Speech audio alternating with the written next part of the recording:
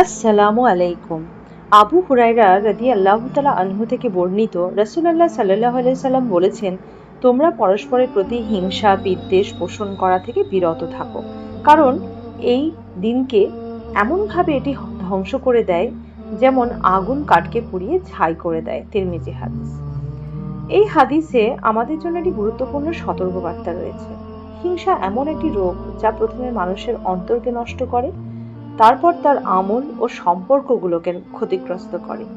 যখন আমরা অন্যের সফলতা দেখে কষ্ট পাই বা চাই যে তার নিয়ামত নষ্ট হয়ে যাক, তখন আমাদের হৃদয়ে অশান্তি জন্ম নেয়। ইসলাম আমাদের শিক্ষা দেয় অন্যের ভালো দেখে হিংসা নয়, বরং আল্লাহর কাছে নিজের জন্য কল্যাণ কামনা করতে। একজন মুমিনের হৃদয় হওয়া উচিত ভালোবাসা, সহানুভূতি এবং ক্ষমাশীলতায় পরিপূর্ণ। বিশেষ করে এই পবিত্র সময়ে আসুন আমরা নিজেদের অন্তরকে পরীক্ষা করি, কারোর প্রতি বিদ্বেষ বা হিংসা থেকে